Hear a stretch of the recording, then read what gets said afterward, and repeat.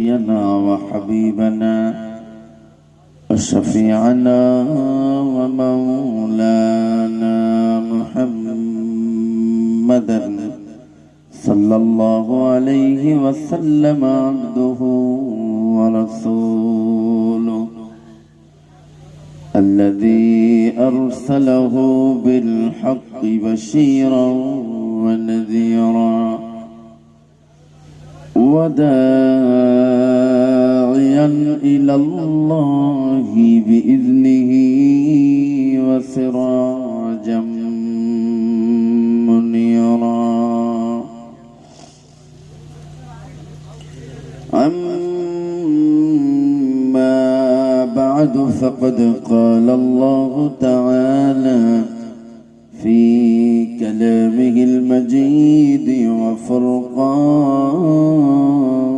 الحميد فأعوذ بالله من الشيطان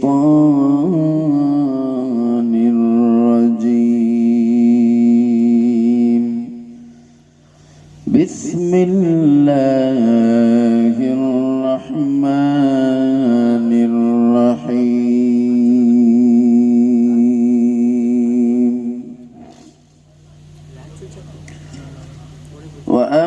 وأما من خاف مقام ربه ونهى النفس عن الهوى فإن الجنة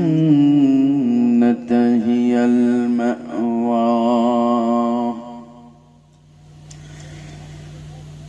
عن أبي هريرة رضي الله تعالى عنه قال قال رسول الله صلى الله عليه وسلم كل مولود يولد على الفطرة فأبواه يهودانه أو ينصرانه أو يمجسانه كمثل البهيمة تنتج البهيمة هل ترى فيها جدعا فقال الله تعالى في شان حبيبه مخبرا وآمرا إن الله وملائكته يصلون على النبي يا أيها الذين آمنوا صلوا عليه وسلموا تسليما اللهم صل على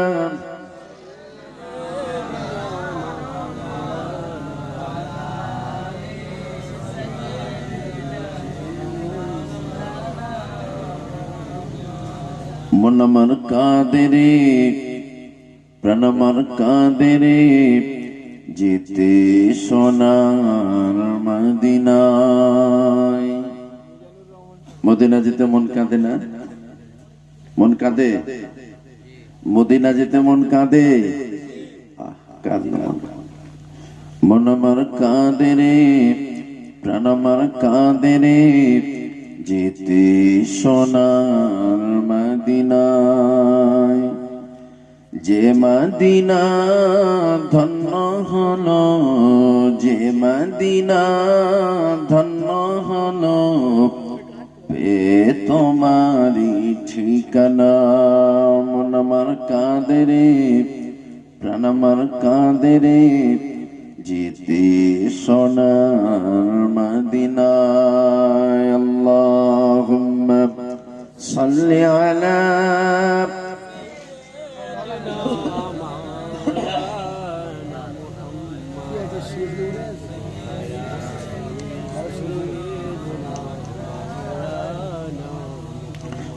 তায়েফের কথা ভেবে ভেবে কাঁদে শুধু দোনয়ন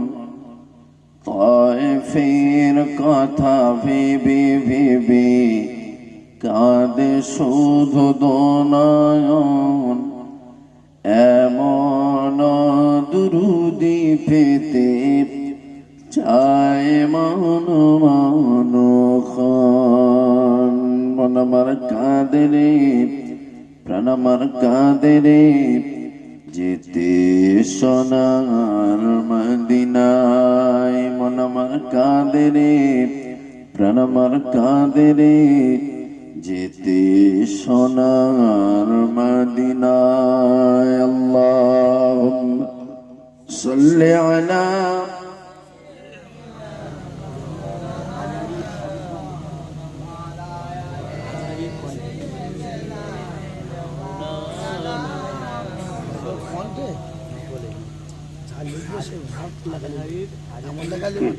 স্থান কোথায় দেখতে হচ্ছে না কেন?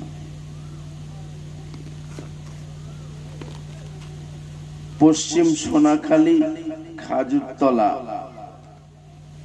যুবকবৃন্দের পরিচালনা আয়োজিত মহান ইফতার সাহেব পরিচালনাকারী শ্রদ্ধাভাজন সভাপতি সাহেব মঞ্চে উপবিষ্ট কর্তৃপক্ষের মনোভূত অন্যান্য অতিথিবৃন্দ সম্মুখে উপবিষ্ট সেরিয়ায় তাজ পৃথ্বীতুল্য গোতাকতক বাবাজিরা সমবয়স্ক বন্ধুবর্গ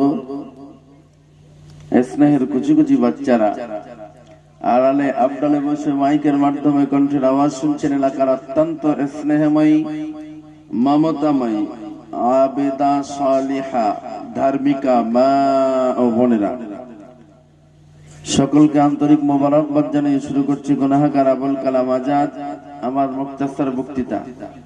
তবে তার পূর্বে মহান স্রষ্টা আল্লাহ রাব্বুল আলামিনের দরবারে মন প্রাণ উজাড় করে উচ্চ আওয়াজে মস্তক নত কণ্ঠে কালিমাতুশ শুকর একটু শুকরিয়া জ্ঞাপন করি। বলি সকলে আলহামদুলিল্লাহ। আর একটু উচ্চ আওয়াজে বলি আলহামদুলিল্লাহ। সেই সাথে সাথে সরকারি দো আলম আশরাফুল আম্বিয়া সাইয়্যিদুল মুরসালিন রাহমাতাল লিল আলামিন নবী কোলের শিরোমণি মা আমিনার নয়নের মণি শাফাআতের কান্ডারি মদিনাওয়ালা নবীর প্রতি অসংখ্য দুরূদ ও সালাম বলি সকলে সাল্লাল্লাহু আলাইহি ওয়াসাল্লাম। আমার ভাইয়েরা, কোরআনে কারীম থেকে ছোট্ট ছোট্ট দুটো আয়াতে কারিমা আমি আপনাদের সম্মুখে পাঠ করেছি। বিশ্ব নবীর অগণিত হাদিসের মধ্য থেকে ক্ষুদ্র একটা হাদিসে নববী আমি আপনাদের সম্মুখে তুলে ধরেছি। কোরআনে কারীমের আয়াতে কারিমা এবং বিশ্ব নবীর হাদিসের সমন্বয়ে জাস্ট দু চারটে কথা আলোচনা করব। দীর্ঘক্ষণ আপনাকে বিরক্ত করবো আমার চাহিদা আমার নেই। তবে আমি আবারও রিকোয়েস্ট করছি, বিশ্বাস করুন আল্লাহি, আল্লাহ সাক্ষী, চোখ বুজিয়ে বাবা গো মা গো করে চিৎকার দেওয়া আমার অভ্যাস নয়। সম্মুখে যদি আপনারা উপযুক্ত পরিবেশ আমাকে উপহার দেন, কোরআন সুন্নাহর আলোকে কিছু আলোচনা আমি আপনাদেরকে শোনাতে পারবো ইনশাআল্লাহ। আর যদি আপনারা মনে করেন হুজুর হুজুরের দায়িত্ব পালন করুক, আমরা আমাদের দায়িত্ব পালন করব, সময় মতো বিরিয়ানি নেব। বিশ্বাস করুন, আগডুম বাগডুম ঘোড়ার ডুম এটাই আমি বলতে পারবো, তাছাড়া আলোচনা করা আমার পক্ষে সম্ভব নয়। বুঝলেন? আমার কথা বুঝতে পেরেছেন? কারণ আমি লাইফের ফার্স্ট 12টার পরে মঞ্চে উঠেছি। কি বুঝলেন? আকস্মিক ভাবে আপনাদের এই জায়গা আজকের আমার আশা। আমি গত পরশু পর্যন্ত সম্ভবত 24 তারিখ 24 ফেব্রুয়ারি 24 ফেব্রুয়ারিও আমি জানতাম না এই জায়গায় আমার দাওয়াত আছে বা আমার আশা লাগছে। আমি তখন বাংলাদেশের কক্সবাজার ডিস্ট্রিক্টে, আমাকে তখন পোস্টার পাঠানো হচ্ছে এই জায়গা আমার দাওয়াত। আমার পোস্টার দেখে আমি তো তাজ্জব হয়ে গেল। যেহেতু পোস্টারিং হয়েছে, না আসলে তো এলাকায় মানে একটা বাজে প্রচার হবে যে উনি দাওয়াত নিয়ে আসেন না। আসতে বাধ্য হলাম। আমি জিন্দেগিতে কোনোদিন 12টার পরে দাওয়াত নেই না। বুঝলেন না? আমি কোনোদিন 12টার পর স্টেজে উঠেনি, আমার একটা প্রমাণ কেউ দিতে পারবে না, কারণ এটা আমার জানা আছে। আমি পার স্টেজের জন্য 10 ঘন্টা কমপক্ষে স্টাডি করি, তারপর স্টেজে উঠি। দাওয়াত করে নিয়ে এসছেন, আলহামদুলিল্লাহ, আপনাদেরকে ধন্যবাদ জানাই। তবে আমি অনুরোধ করছি, প্লিজ আপনারা আসুন, লস হবে না, আপনাদের লস হবে না। আশা করছি আপনারা লাভবান হবেন। আমি কোরআন থেকে দুটো ছোট্ট ছোট্ট আয়াতে কারিমা আপনাদের সম্মুখে তুলেছি। কোরআন শরীফ পারা নাম্বার 30, পৃষ্ঠা নাম্বার 4, সূরার নাম সূরা নাজিয়াত, আয়াত নাম্বার 40 ও 41। ক্ষুদ্র ক্ষুদ্র দুটো আয়াতে কারিমা আমি আপনাদের সম্মুখে তুলেছি। আয়াতে কারিমার মাধ্যমে আল্লাহ রাব্বুল আলামিন জান্নাতি বান্দা কারা তাদেরকে নির্বাচন করেছেন, বলুন সুবহানাল্লাহ। পৃথিবীর মানচিত্রে বহু শ্রেণীর মানুষ আছে, শ্রমজীবী, চাকুরিজীবী, ব্যবসায়ী, উকিল, ব্যারিস্টার, ডক্টর, মাস্টার, বহু শ্রেণীর মানুষ আছে। তাদের ভিতর থেকে জান্নাতি বান্দা কারা তাদেরকে আল্লাহ সিলেক্ট করে জায়গায় তাদের কথা উল্লেখ করেছেন। ওয়া আম্মা মান খাফা মাকাম রাব্বিহি ওয়া নাহান নাফসা আনিল হাওয়া ফাইন্নাল জান্নাতা হিয়াল মাওয়া। হাজি হন আর গাজী হন, আলেম হন আর হাফেজ হন, কারি হন আর মুফতি হন, পীর হন আর দরবেশ হন, জান্নাতের সার্টিফিকেট নাই। স্পষ্ট আল্লাহ বলেন, কিয়ামতের দিন, মুসিবতের সময় আমার সম্মুখে দাঁড়ানোর ভয়ে যে বান্দারা তাদেরকে সংযত রাখতে পারবে,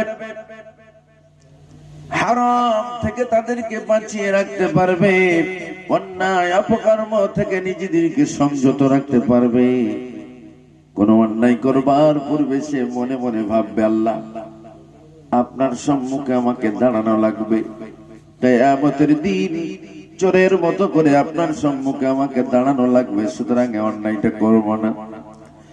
সুন্দরী মেয়েকে পাওয়ার পরে তাকে ভোগ করবার পূর্বে আল্লাহ স্মরণ অন্তরে রাখা।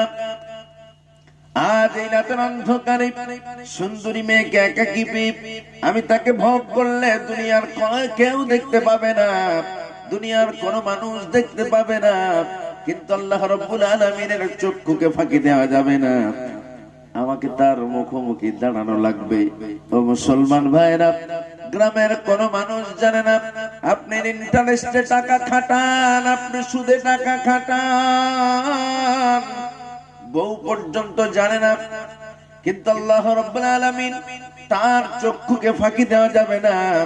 কিয়ামতের দিন আমাকে সুদখোর হিসাবে আল্লাহ দাঁড় করাবেন।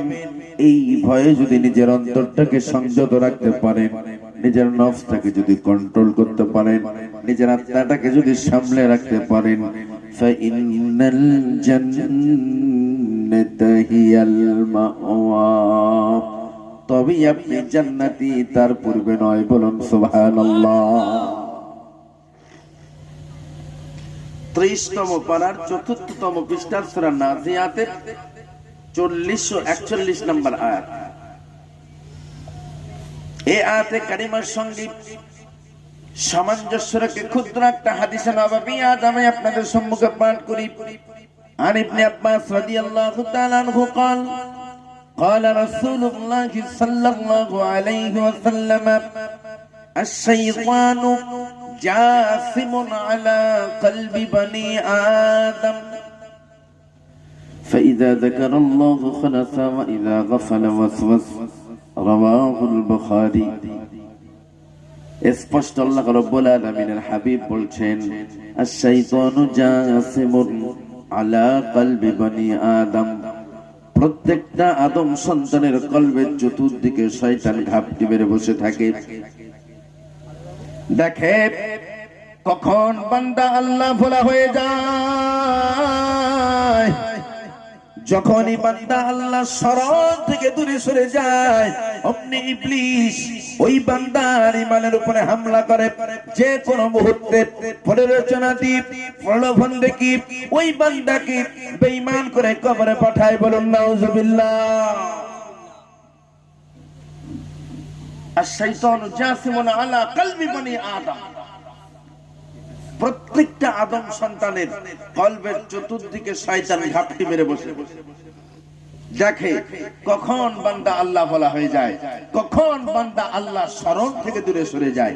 ঠিক যে মুহূর্তে বান্দা আল্লাহ স্মরণ থেকে বিচ্ছিন্ন হয়ে যাবে মিস্টার ইবলিস সেই মুহূর্তেই, ঠিক সেই মুহূর্তেই আমার বা আপনার ঈমানের উপরে হামলা করে যত বড় দরজার পীর আমি হই না কেন বেঈমান করে কবরে পাঠিয়ে ছাড়বে। নাউজুবিল্লাহি মিন যালিক।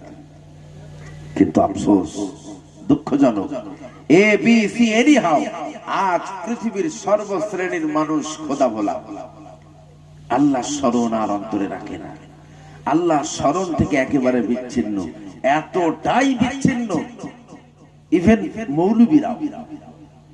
এই আমি আমাদের কথা বলছি, আমরা আল্লাহর ভয়ের আমাদের আর নেই।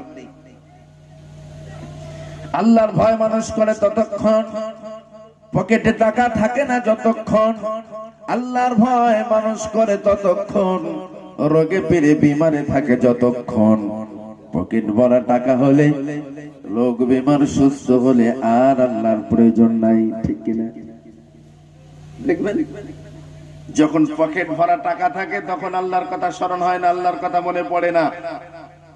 যখন সুস্থ সবল থাকে তখন আর আল্লাহ আল্লাহ জিকির অন্তরে আসে না। কিন্তু যখন রোগে পীড়ে বিমারে থরথর করে টুক টুক টুক টুক করে কাঁপে, থরথর করে, তখন ঘন ঘন আল্লাহ আল্লাহ। এটাই বাঙালির কালচার। বর্তমানে আমাদের সিচুয়েশনটা এমনই একটা জায়গায় চলে গেছে, আপনি একটু গভীর ভাবে মনোযোগ দিলে বুঝতে পারবেন। দেখবেন আমরা তো চাষি মানুষ, এলাকার সব চাষিবাসী মানুষ। চাষাবাদ করতে যে কারো ধান ভালো হয়, কারো মন্দ হয়। এখন যদি কোনো ব্যক্তিকে আল্লাহ অনেক সুন্দর ফসল ফলান, খুব সুন্দর ধান দেন, মনে করেন বিঘে প্রতি 12 বস্তা হারে ধান হয়েছে, চায়ের দোকানে সে বসে বসে ঠ্যাঙের উপরে ঠ্যাং দেয়, আশেপাশে সব অন্য চাষিদের সঙ্গে বলে, ওই তো ধান কেরাম হয়েছে, আমার এবার ওই 5 বস্তা হারে হয়েছে, এই তোর কেরাম হয়েছে, আমার 6 বস্তা হারে হয়েছে। যে ব্যক্তির 12 বস্তা হারে হয়েছে সে তখন ঠ্যাঙের উপরে ঠ্যাং দেয়, ঠ্যাং দোলায় আর বলে, ধান কি এমনি এমনি হয়? ধান হইয়া নিতে হয়। ঠিক না? ধান এমনি এমনি হয়, ধান হইয়া নিতে হয়। প্রতি বিঘে 2 বস্তা করে এনপিকে দিয়েছি, 3 বস্তা করে অনুখাদ্য দিয়েছি, 15 দিন অন্তরে স্প্রে করেছি, সময় মতো পানি দিয়েছি, এমনি এমনি হয়েছে? তাতে লেগে থাকতে হয়েছে, সেই জন্য ধান হয়েছে, এমনি এমনি হয়নি। গভীর মনোযোগ। আবার ভালো করে খেয়াল করে দেখবেন, পরের বছরে সেই ব্যক্তির হয়েছে 3 বস্তা হারে। ক বস্তা হারে? 3 বস্তা হারে। বেচারা চায়ের দোকানে মুখটা মলিন করে বসে আছে। গত বছরে যে অহমিকা করে দাম্ভিকতার সঙ্গে বলেছিল ধান এমনি এমনি হয় না, হইয়া নিতে হয়, আজ তার মুখটা বড়ই মলিন। বসে একজন জিজ্ঞাসা করলো, চাচা ধান কেমন হলো? সে তখন আস্তে করে বলে, আল্লাহ এবার আর আমার দেইনি। দেইনি কে? আর যখন হয়েছিল হইয়াছিল কে? তার বাপ নাকি? হ্যাঁ, ঝ্যাট আমার বেইরা মুসলমানকে আল্লাহ বিপদে আপদে মুসিবতে সর্বদা সাহায্য চাইবো কার কাছে? আর একটু চজ বলেন কার কাছে?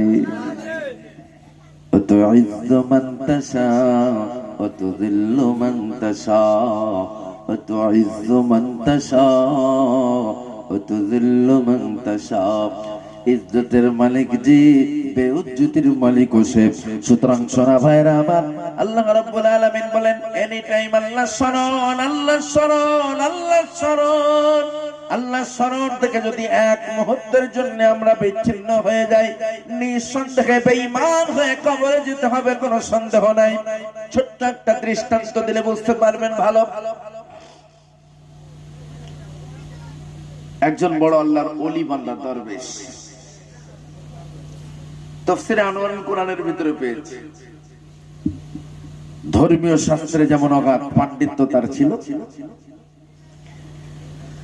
চিকিৎসা শাস্ত্রেও যথেষ্ট পাণ্ডিত্য অর্জন করেছিলেন। একাধারে যেমন মৌলবী তেমন ডাক্তারও বটে। কাজী মানুষ যখন রোগে পীড়ে বিমারে জর্জরিত হতেন, সকলেই তার দ্বারস্থ হতেন।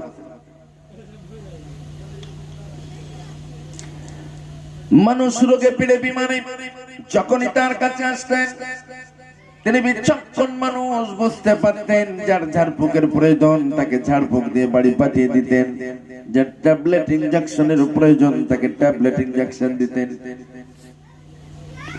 একই ব্যক্তির কাছে দুই রকম পরিষেবা, কাজেই অল্প দিনের মধ্যে তার জনপ্রিয়তা একেবারে আকাশচুম্বী। এলাকার প্রতিটা মানুষের মুখে মুখে একটাই কথা, দরবেশ সাহেব, দরবেশ সাহেব।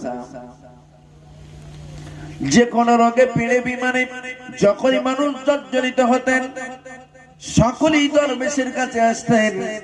কোন একদিন ওই দরবেশের কাছে সুন্দরী একটা মেয়েকে নিয়ে আসা হলো। আল্লাহর মহান ওলি, আমাদের এই মেয়েটা দেখতে অপরূপ সুন্দর, কিন্তু দুর্ভাগ্য মেয়েটা পাগলি।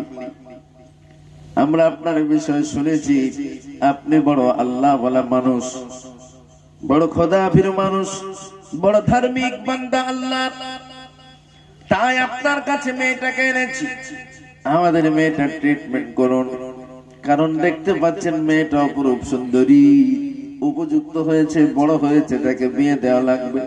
কিন্তু দুর্ভাগ্য, পাগলি হওয়ার কারণে কেউ মেয়েটাকে চয়েস করে না, পছন্দ করে না।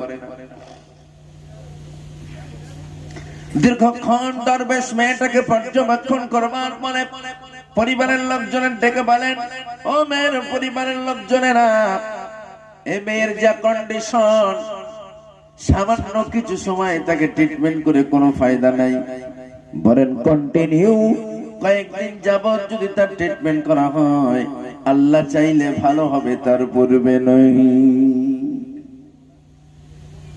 তো মেয়ের বাড়ির লোকজন বলছে সমস্যা নেই, আপনি চাইলে তাকে 15 দিন, 1 সপ্তাহ, 1 মাস, যতদিন খুশি আপনার এখানে ভর্তি রেখে ট্রিটমেন্ট করুন, টাকা যা লাগে আছে। উদ্দেশ্য আমাদের মেয়েকে সুস্থ করা, কারণ মেয়ে উপযুক্ত হয়েছে, বড় হয়েছে, মেয়েকে পরখরে করতে হবে। এই পাগলি মেয়ে নিয়ে ঘরে বাস করা যাবে না, ট্রিটমেন্ট করুন আপনি, টাকা যা লাগে আছে। কাজী পরিবারের লোকজন মেয়েটাকে দরবেশের কাছে অ্যাডমিশন করিয়েছে, যার মতো বাড়িতে চলে গেল। একাকী দরবেশ মেয়েটাকে ট্রিটমেন্ট করে, কন্টিনিউ সুন্দরী মেয়েকে ট্রিটমেন্ট করতে করতে হঠাৎ করে মেয়ের রূপ লাবণ্যের প্রতি আকর্ষিত হলো। ক্ষণিকের জন্য আল্লাহর বান্দা সুন্দরীর প্রতি আকৃষ্ট হওয়ার সঙ্গে সঙ্গে মিস্টার ইবলিস অমনি তার মগজ ধরাই শুরু করল। আল্লাহ কোরআনে কারীমের ভিতরে স্পষ্ট বলেন, যুজ্জিনা লিন-নাসি হুব্বুস শাহাওয়াতি মিনান নিসা। প্রত্যেকটা পুরুষের ভিতরে নারী সম্পর্কে আকর্ষণ দিয়েছেন আল্লাহ, বলুন সুবহানাল্লাহ। ঠিক তদ্রূপ প্রত্যেকটা নারীর ভিতরে পুরুষের প্রতি আকর্ষণ দিয়েছেন আমার আল্লাহ। যদি আপনি প্রমাণ চান, বাড়িতে যে পরীক্ষা করুন। যদি একটা ছেলে একটা মেয়ের বাবা আপনি হন, আপনি গভীর মনোযোগ দিয়ে দেখবেন মেয়েটা বেশি বেশি আপনাকে ভালোবাসে, আর ছেলেটা আপনার হোম মিনিস্টারকে। ঠিক না? মেয়ের সম্পর্ক বেশি হয় বাবার সঙ্গে, ছেলের সম্পর্ক বেশি হয় মায়ের সঙ্গে। মাই বেটায় আন্ডারস্ট্যান্ডিং ভালো, বাপ বেটি আন্ডারস্ট্যান্ডিং ভালো, এটা আল্লাহতে। কন্টিনিউ মেয়েটাকে একাকী ট্রিটমেন্ট করবার কারণে হঠাৎ মেয়েটার প্রতি যখনই আকৃষ্ট হলো, মিস্টার ইবলিস মগল ধলাই করতে লাগলো। পাগলা, এত সুন্দরী একটা মেয়ে একাকী ট্রিটমেন্ট করো, তার রূপ লাবণ্য এত সুন্দর, তার সৌন্দর্য এত সুন্দর, এত শ্রুতি মধুর, তার কণ্ঠ এত বিনম্র, তার ব্যবহার এত সুন্দর, তার চেহারা, একাকী মেয়েটাকে ট্রিটমেন্ট করো অথচ তাকে ভোগ করো না।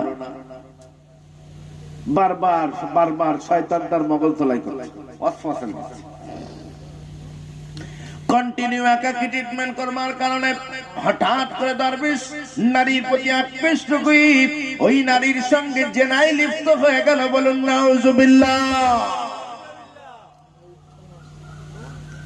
কয়েকবার জেনার কারণে মেয়েটা অলরেডি গর্ভবতী। যখনই গর্ভবতী হয়ে গেল, মিস্টার ইবলিসের পর সশরীরে আসলো। আল্লাহ দরবেশ বান্দাকে ডেকে বলল, আল্লাহর বান্দা কাজটা করলেন কি? একটা কুমারী মেয়েকে গর্ভবতী করে দিয়েছেন। সমাজের মানুষ যদি জানে, তারা কি আপনাকে ছাড়বে? দরবেশ একেবারে আকাশ, কি সর্বনাশ করলাম। সৌন্দর্যের প্রতি, সুন্দরীর সৌন্দর্যের প্রতি আকৃষ্ট হয়ে কি সর্বনাশ করলাম আমি। আকাশ চুম্বী জনপ্রিয়তা আমার নিমেষেই ধূলিসাৎ হয়ে যাবে। সমাজের মানুষ যখন জেনে যাবে আমার দ্বারা একটা কুমারী মেয়ে গর্ভবতী হয়েছে, নিশ্চয়ই তারা আমাকে ছাড়বে না, কাছে বেঁধে চামড়া তুলবে আমার। নিশ্চিত আমি কোন দরজার পীর তা তারা দেখবে না, কত বড় আল্লাহর দরবেশ তা তারা দেখবে না। যখন মানুষ জানবে আমার দ্বারা একটা কুমারী মেয়ে গর্ভবতী হয়েছে, নিশ্চয়ই তারা আমাকে উপযুক্ত সাজা দেবে। ছটফট করতে লাগলো, থরথর করে কাঁপতে লাগলো। কি হবে উপায় আমার? কোথায় যাব এখন আমি? এমন করে টেনশনে প্রেশান হতে লাগলো। ও মুসলমান ভাইরা, ওই সময় দরবেশকে লক্ষ্য করে ইবলিস বলল, বন্ধু আমি থাকতে তোমার কোনো ভয় নেই। বলে, আরে মেয়েটা গর্ভবতী, যত দিন যাবে তার গর্ভের সন্তান বড় হবে, যত তার গর্ভের সন্তান বড় হবে পেটটা ফুলে উঠবে। সমাজের মানুষ দেখবে একটা কুমারী মেয়ে গর্ভবতী, জিজ্ঞাসা করবে তোর সন্তানের বাবাকে, করবে কিনা? হঠাৎ করে আকস্মিক যখন কোন নারী গর্ভবতী হবে, যুবতী মেয়ে, বিয়ে হয়নি, পেটে বাচ্চা, সমাজের মানুষ সব মেনে নেবে না? আরে নবীর মা মারিয়ামকে মানেনি, আর আমাদের এলাকার সলিমা, রহিমা, হালিমাকে মানবে? মেনেছিল? নবীর মা মারিয়াম, ঈসা নবীর মা মারিয়াম কত পবিত্র, কত পবিত্র। কোন দিনের জন্য কোন মানুষ তার বিরুদ্ধে কোন রকম অবজেকশন করতে পারে? সেই মারিয়ামের গর্ভে বিনা বাপে যখন ঈসার রূহুল্লাহ জায়গা নিল, সমাজের মানুষ তাকে বলল, হে মারিয়াম বিয়ে করো নাই, পেটে বাচ্চা আসলো কোত্থেকে? আমরা তোমাকে পবিত্র ভাবতাম, আমরা তো তোমাকে অনেক ভালো মেয়ে ভাবতাম, এখন তোমার গর্ভে কেন সন্তান? বলো তোমার এই সন্তানের বাবাকে বলো। মারিয়াম বলে, আমি জানি না এর বাবাকে, আমার আল্লাহ সুবহানাহু ওয়া তাআলা জানে।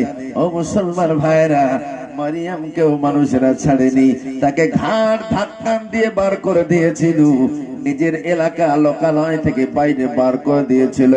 জঙ্গলের ভিতরে ঈসার মা মারিয়াম সন্তান ডেলিভারি দিয়েছিল। পরে সন্তান ডেলিভারি হওয়ার পরে ঈসার রূহুল্লাহ একেবারে নবজাতক বালক, সে যখন সমাজের মানুষকে বলল, না তোমরা আমার মা কি বাজে ভাষায় গালি দিও না, আমার মা পবিত্র, আমি ঈসা রূহুল্লাহ সাক্ষী দেই আমার মা পবিত্র। বলুন সুবহানাল্লাহ। তারপরে মানেছে, দ্বিগুণী ব্যাপার নয়। আর আজকের আমাদের এলাকার কোন নারী যদি হঠাৎ করে বলে, দেখো আমি এসব কিছু আজে বাজে কাজ টাজ করিনি, কিভাবে কি হয়ে গিয়েছে আমি জানি না, সমাজের মানুষ ছাড়বে? বলবেন র একটুকুনি, কোন দরজার পীর তুই দেখিয়ে ছাড়ছি। দরবেশ ছটফট করতে লাগলো। ইবলিস বলে, বন্ধু আমি থাকতে তোমার কোনো ভয় নাই। বলে, আরে যতদিন যাবে মেয়ের গর্ভের সন্তানটা বড় হবে, যত সন্তান বড় হবে তত তার পেটটা ফুলে উঠবে। অমনি সমাজের মানুষ জিজ্ঞাসা করবে তোমার পেটের সন্তানের বাবাকে। মেয়েটা যখন আমার নাম বলে দেবে নিশ্চয়ই তার আমাকে ছাড়বে না। ইবলিস বলে, বন্ধু আমি থাকতে কোনো ভয় নাই, তবে শর্ত হলো আমি যে আদেশগুলো আপনাকে করব সেই আদেশগুলো আপনাকে মানতে হবে। দরবেশের পর ইবলিসকে লক্ষ্য করে বলতে লাগলো, আমার ধর্মের ভাই, আমার ধর্মের ভাই, কি আদেশ আমার মানা লাগবে বলো, যা বলবা তাই করবো। টাকা পয়সা কত টাকা লাগবে তোমার? আমার টাকার কমি নেই, যা বলবে আমি তাই দেব। ইবলিস বলে, টাকার আমার চাহিদা নাই, টাকার প্রয়োজন নাই, তবে আমি যে অর্ডার করব, যে আদেশ করব, আদেশগুলো মানতে হবে। কি আদেশ আমাকে মানতে হবে বলো? নাম্বার 1, প্রথম আদেশ হলো ইমিডিয়েটলি মেয়েটাকে হত্যা করতে হবে।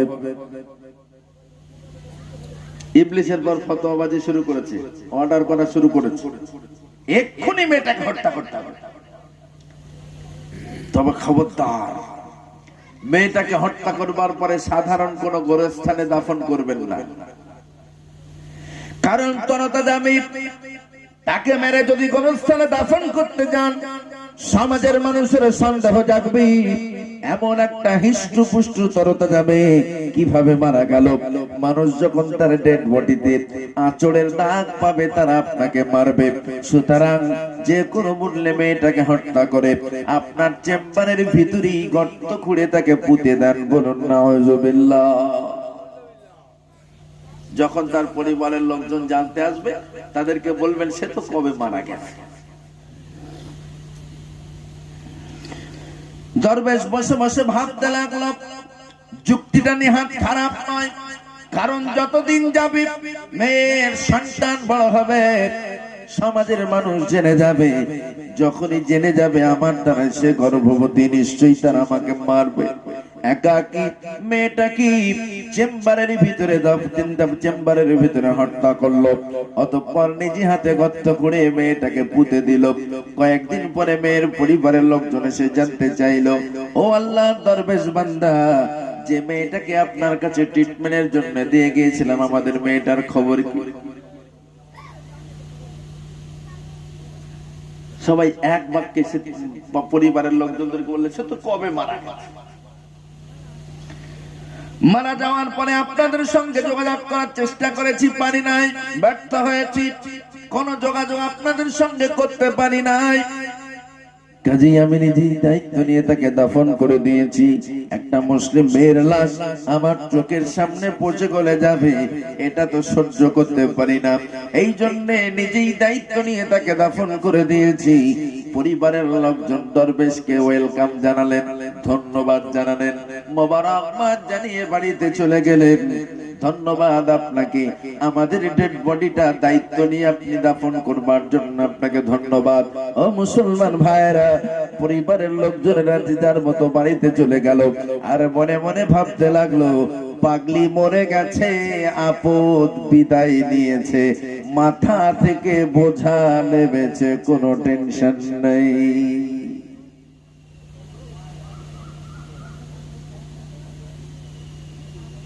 প্রত্যেকেই বলতে লাগলো যে পাগলি গিয়েছে, খাই হয়েছে, ভালো হয়েছে।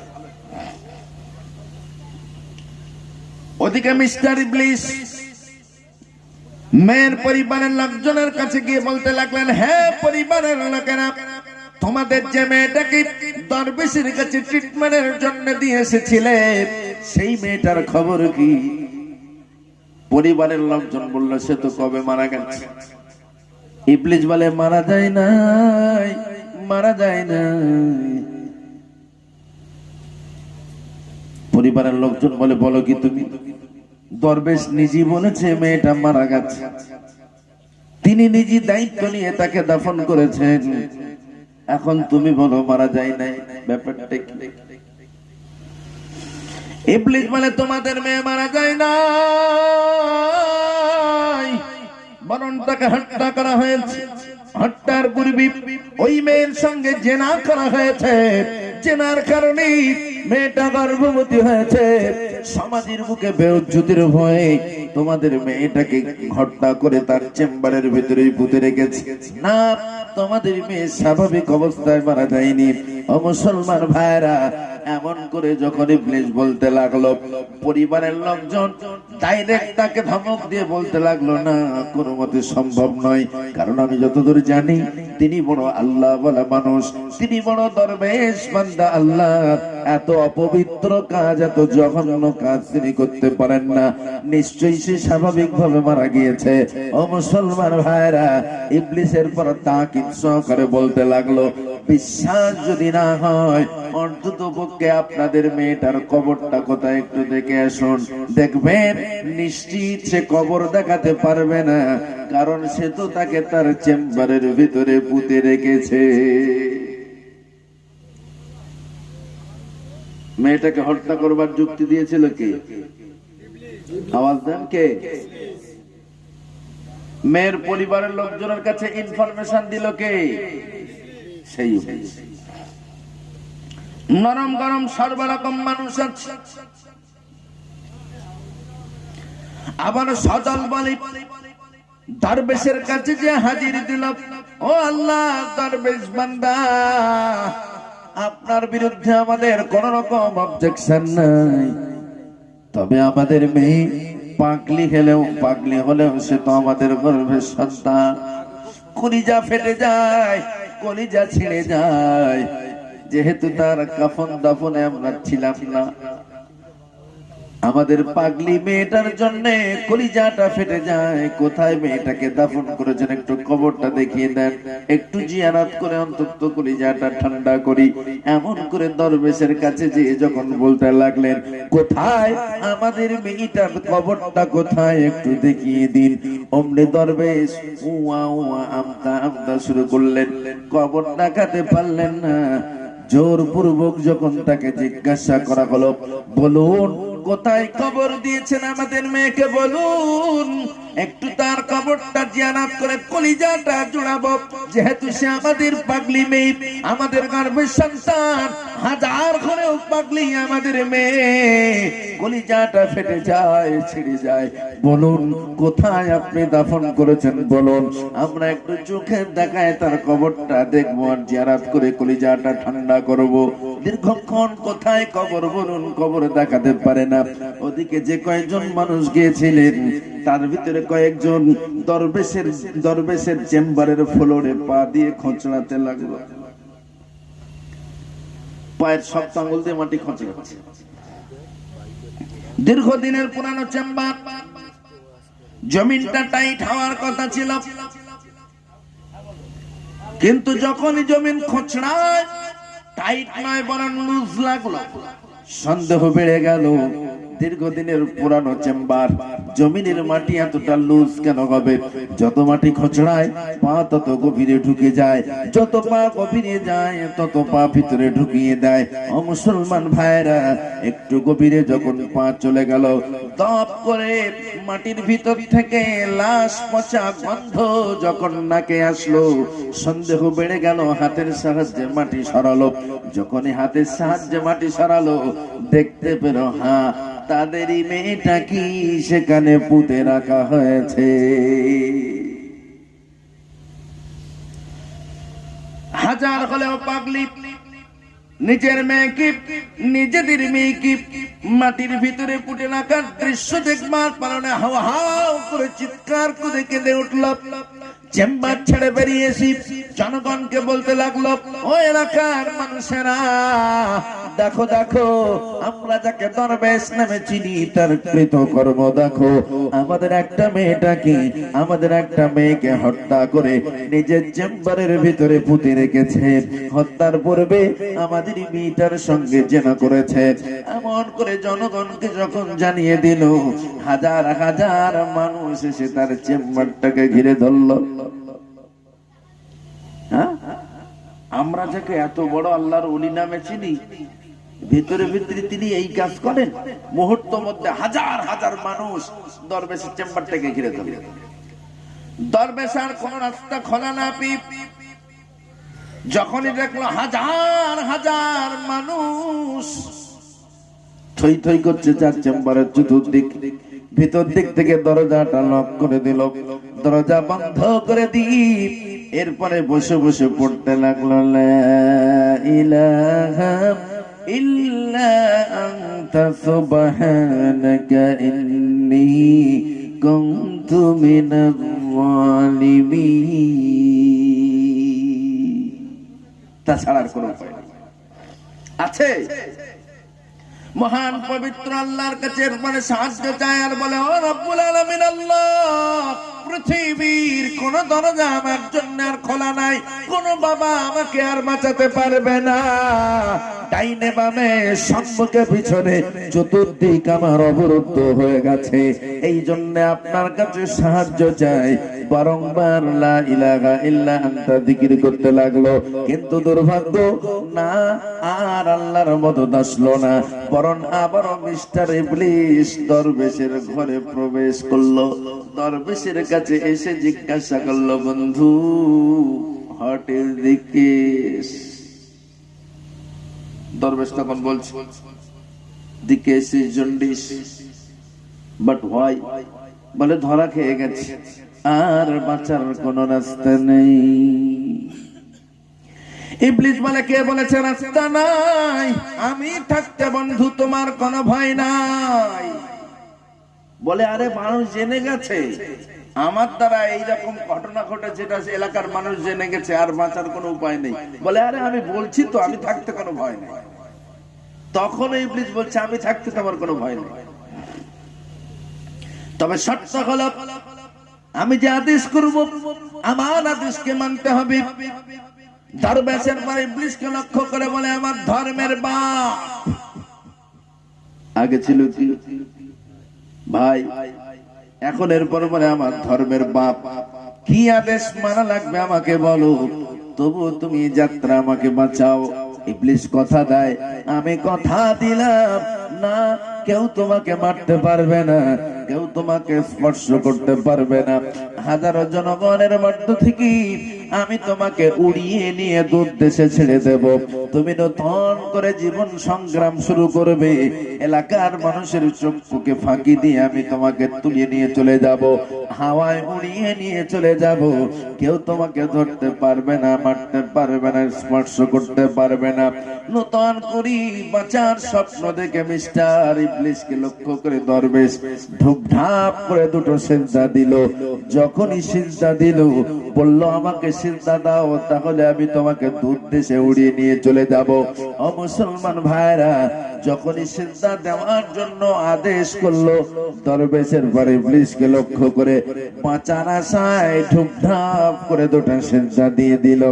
যখনই সিজদা দিল, ইবলিসের পর বলতে লাগলো, টাটা বাই বাই, বন্ধু তোমার আর আমার দরকার নাই। সিজদা যখন হয়ে গিয়েছে, ইবলিসের পর টাটা বাই বাই, তোমার আর আমার দরকার নাই। দরবেশ হায় হায় করতে লাগলো, ইবলিস গায়েব হয়ে গেল। নিমেষেই কোথায় ইবলিস হারিয়ে গেল। সুবিশাল জনরস দরজা ভেঙে ভিতরে প্রবেশ করলো। এই দরবেশ, দরজা খোল। দরজা ভেঙে ভেতরে প্রবেশ করলো, টেনে হিচড়ে তাকে বার করলো, মারতে মারতে স্পটই তাকে হত্যা করলো। ও মুসলমান ভাইরা, এতগুলো কথা বলবার পিছনে কারণ একটাই, কত বড় আল্লাহর ওলি এবং চিকিৎসা শাস্ত্রেও তার যথেষ্ট পাণ্ডিত্য যেহেতু ছিল, জেনারেল জ্ঞানও যথেষ্ট ছিল। সামান্য মাত্র সুন্দরীর প্রতি লালায়িত হয়ে নিমেষেই বেঈমান হয়ে কবরে চলে গেল। আর আমি আপনি সাধারণ, একেবারে অতি সাধারণ, ইলম কালাম কম, চায়ের দোকানে যখন বসি ফতোয়া কিছু দিতে বাকি রাখি না, ঠিক না? তালাকের ফতোয়া দিতে আমাদের বুক কাঁপে না। চায়ের দোকানে যখন বসবেন তালাক প্রসঙ্গে কেউ যদি ফতোয়া চায়, দেখবেন কত মুফতি বেরিয়ে যাবে, এই হবে ওই হবে। বলে না তুমি ভুল বুঝছো, তুই জানিস, আমার থেকে বেশি জানিস, বলে কি না। কিন্তু আল্লাহি তালাকের ফতোয়া আমাদের কাছে চাইলে আমরা কান মোড়া দেয়, বলি ভাই স্বামী স্ত্রী সুখে শান্তিতে আছি, ও ফতোয়া আমারে জানতে চেও না, লিখিত ভাবে দাবি করো, আমি তোমার ফতোয়া দেখে লিখিত উত্তর দেওয়ার চেষ্টা করলাম। তবে ফোনে এইভাবে তালাকের ফতোয়া দেওয়া আমার বাপের ক্ষমতা নেই, আমার নিজের বউ তালাক হয়ে যাবে, সামান্য ওলট পালট হলে তালাক হয়ে যাবে। সোনা বন্ধুরা আমার, পা দোকানে এগিয়ে দেন। ও এলাকার নওজোয়ান, ও এলাকার যুব সমাজ, তোমাদের পায়ে দোকানে ধরে বলে যায়, আজ আছি কাল থাকবো না রে, যাব চলে আপন ঘর। কি খেয়েছি, কোথায় আছি, রাখবে না কেউ খোঁজ খবর। আজ তোমার গায়ে অনেক বল, অনেক শক্তি আছে, অনেক শক্তি আছে, অনেক বল আছে। আগামীকাল থাকবে কিনা তার কোনো নিশ্চয়তা নাই। আগামীকাল আমার নামের পাশে জোহর বাদ এলান হবে কিনা তার কোনো নিশ্চয়তা নাই। আজ বাড়ি থেকে বার হওয়ার সময় শুনলাম গ্রামে একজন মারা গেল, তার নামে মসজিদে এলান হচ্ছে। সেটাকে স্মরণ করো বন্ধু, না জানি কবে আমার নবী ওই এলান আসবে। ওই এলান আসার পূর্বে আল্লাহকে ভয় করো, আল্লাহ স্মরণ অন্তরে রাখো। যদি আল্লাহ স্মরণ থেকে বিচ্ছিন্ন হয়ে যাও, ভেবো না দুনিয়ায় আয়েশ আরামে থাকবে। বলুন শুনুন, পারা নাম্বার 16, পৃষ্ঠা নাম্বার 19, সূরার নাম সূরা তাহা, আয়াত নাম্বার 123-124। স্পষ্ট আল্লাহ সূরা তাহার 123-124 নাম্বার আয়াতে কারিমার ভিতরে বলেন, ওয়ামান আ'রাদা আন যিকরি ফাইন্না লাহু মাঈশাতান দানকা ওয়া নাহশুরুহু ইয়াওমাল কিয়ামাতি আ'মা। আল্লাহ রাব্বুল আলামিন বলেন, আমার জিকির থেকে, আমার স্মরণ থেকে যারা দূরে সরে যায়, আমি আল্লাহ তাদের জন্য দুটা বিশাল ঘোষণা দিলাম, বিশাল সাজার ঘোষণা। যারা আমার স্মরণ থেকে দুনিয়াতে বিচ্ছিন্ন থাকে, আমি আল্লাহ তাদের জন্য দিলাম বিশাল দুটা ঘোষণা। নাম্বার 1 ঘোষণা হলো, যারা আমাকে ভুলে যাবে, এক মুহূর্তের জন্য আমার স্মরণ থেকে দূরে সরে যাবে, দীর্ঘক্ষণ আমার স্মরণ থেকে বিচ্ছিন্ন থাকবে, আমি আল্লাহ দুনিয়াতে তাদের ইনকামের রাস্তাটাকে মেরে দেব। না না না, তাম পৃথিবী দৌড়া দৌড়ি করেও দানা পানি সংগ্রহ করতে পারবে না, কলিজার পানি শুকিয়ে যাবে, খানা দানা তাদের নসিবে জুটবে না। ও মুসলমান ভাইরা, আল্লাহ স্মরণ থেকে যদি আমরা দূরে সরে যাই, দুনিয়াতে আমাদের বড় সাজা হলো আল্লাহ আমাদের রিজকির রাস্তা মেরে দেবে, ইনকামের রাস্তা কমে দেবে। এত দৌড়ায়, এত দৌড়ায়, অথচ পকেটে হাত দিয়ে দেখি পকেটে কিচ্ছু নেই। আল্লাহ ভুলে আপনি শুধু ব্যবসা নিয়ে মেতে থাকেন, শুধু ব্যবসা নিয়ে মাতামাতি করেন, সারা দিন এমুড়ো উমুড়ো করেন, আল্লাহর কথা মনে নেই। ভাই ব্যবসা করতেই সময় পাইনি, ব্যবসায়ী আমি টেনশন পেরেশান, কখন আর তো আল্লাহ আল্লাহ করব। আপনি মিলিয়ে নেন আল্লাহর কোরআনের আয়াতের সঙ্গে, 6 থেকে 7 মাসের ভিতরে কি 1 বছরের ভিতরে আপনার ব্যবসা নিমেষেই বিলীন হয়ে যাবে, হারিয়ে যাবে। এটা আল্লাহর চ্যালেঞ্জ। যারা আল্লাহ ভোলা হয়ে থাকে, আমি আল্লাহ তারা হাজার দৌড়ালেও তাদের ইনকামের রাস্তা দেব না, বরং টাইট করে দেব। স্পষ্ট বলছে, ওয়ামান আ'রাদা আন যিকরি ফাইন্না লাহু মাঈশাতান দানকা ওয়া নাহশুরুহু ইয়াওমাল কিয়ামাতি আ'মা। দুনিয়ার আযাব হলো দুনিয়ার শাস্তি হলো আমি আল্লাহ তাদের ইনকামের রাস্তাটা আস্তে আস্তে মেরে দেব, না খেয়ে মরবে তামাম দুনিয়ায়, আর তাদের কোন রিজিকের রাস্তা খোলা থাকবে না। নাম্বার 2, 2 নম্বর তাদের জন্য সাজা হলো অনাহশুরুহু ইয়াউমাল কিয়ামাতি আবা। বান্দা দুনিয়াতে যদি আমার স্মরণ থেকে দূরে সরে যাও, দুনিয়াতে যদি আমি আল্লাহ আমাকে ভুলে থাকো, কিয়ামতের দিন আমি আল্লাহ তোমাকে অন্ধ করে কবর থেকে তুলবো। বলুন নাউজুবিল্লাহ।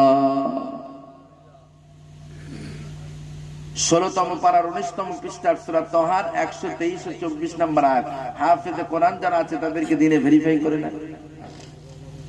অনাহশুরুহু ইয়াউমাল কিয়ামাতি আ'মা, আমি তাদেরকে কবর থেকে অন্ধ অবস্থায় তুলবো।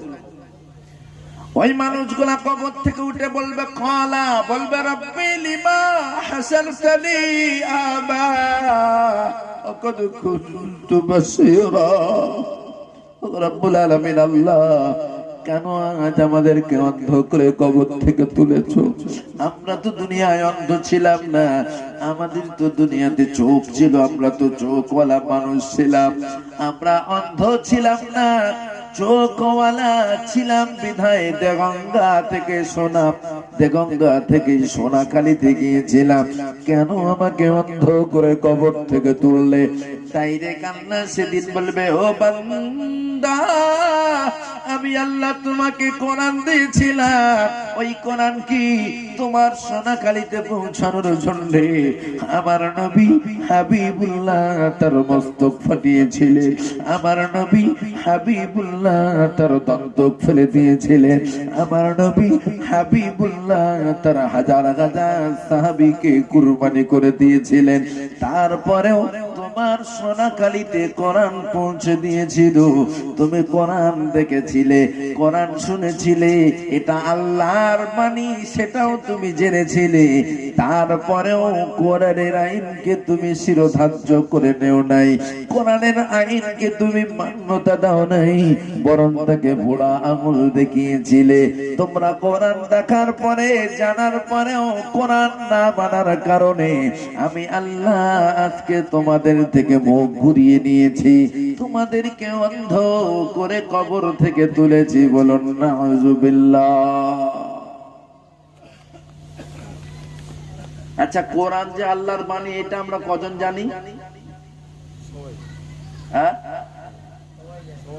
কারো তো অজানা নেই। কোরআন যে আল্লাহর বাণী এটা আমরা সবাই জানি, ঠিক কি না? একটা কারো অজানা নেই যে এটা আল্লাহর বাণী, এটা আমি জানি না। কোরআন যে আল্লাহর বাণী এটা আমরা জানি। আর কেমন জানি? মানে কোরআন পৃথিবীতে আসার পর থেকে নিয়ে অর্ধবধি কোরআনকে ভুল প্রমাণ করবার জন্য, কোরআনের একটা আয়াতকে মিথ্যা প্রমাণ করবার জন্য মুসলমান জাতির চরম দুশমন মিস্টার খ্রিস্টানেরা, ইহুদিরা জনম জনম চেষ্টা করে আসছে। আজও পর্যন্ত কোরআনের একটা শব্দের কোন ভুল বা একটা শব্দ আল্লাহ ফালতু বলেছে এইরকম কোন প্রমাণ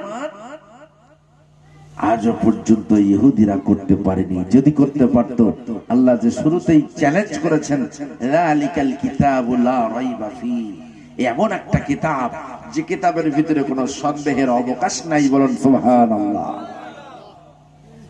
এই একটা শব্দ দ্বারা, একটা বাক্য দ্বারাই বুঝে নেওয়া যাবে এটা কতটা নিট এন্ড ক্লিন, স্বচ্ছ কিতাব।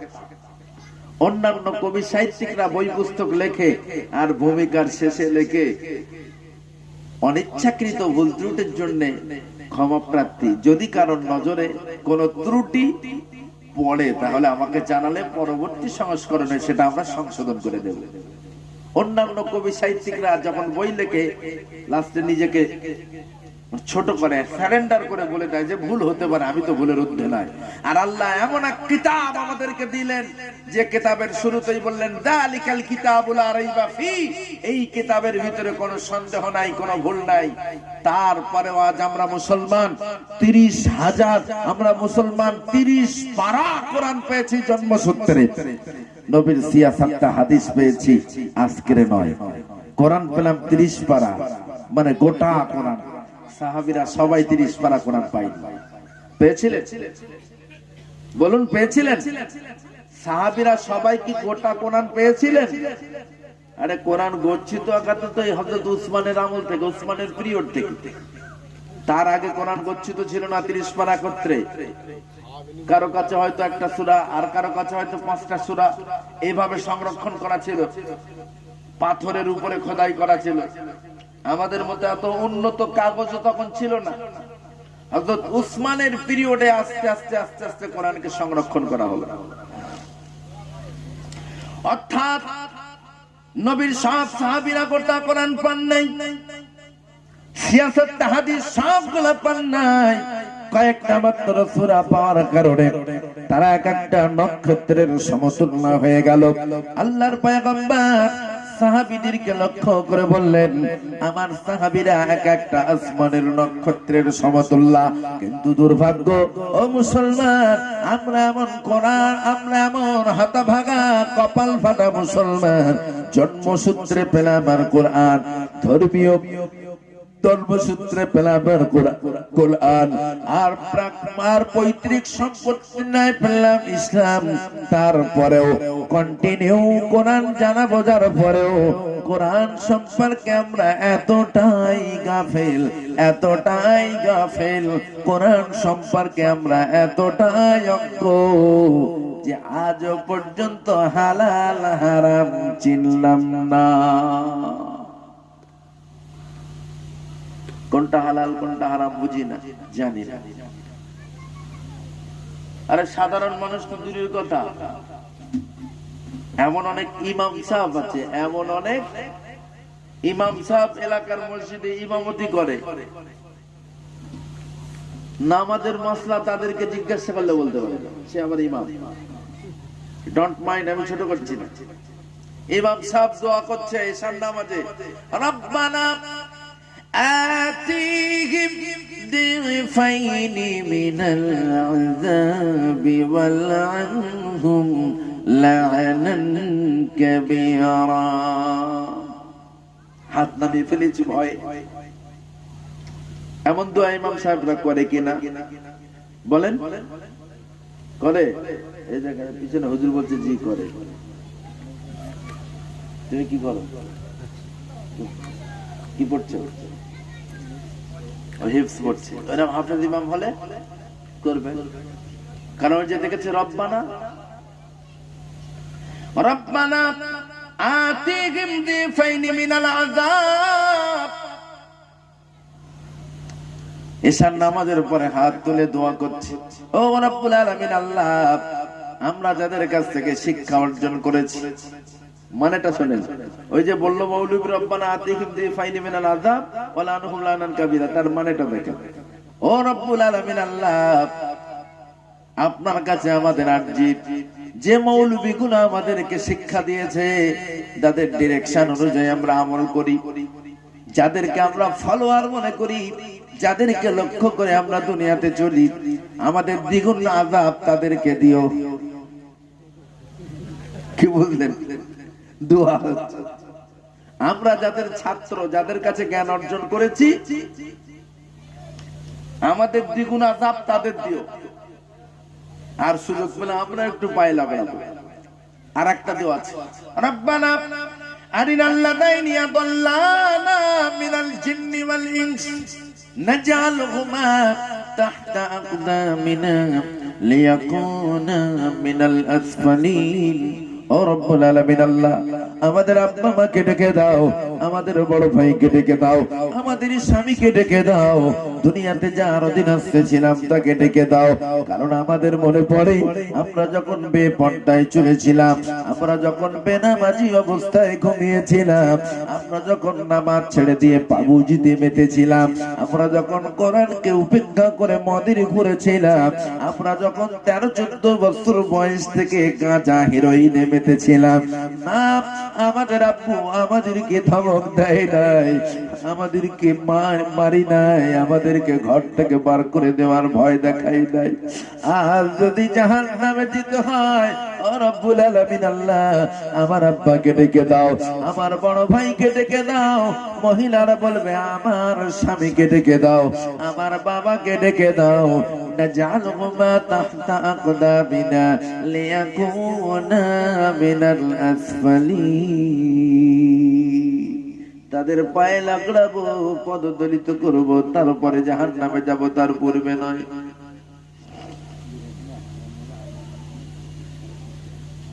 সাড়ে পাঁচটা তো বেজে গিয়েছে।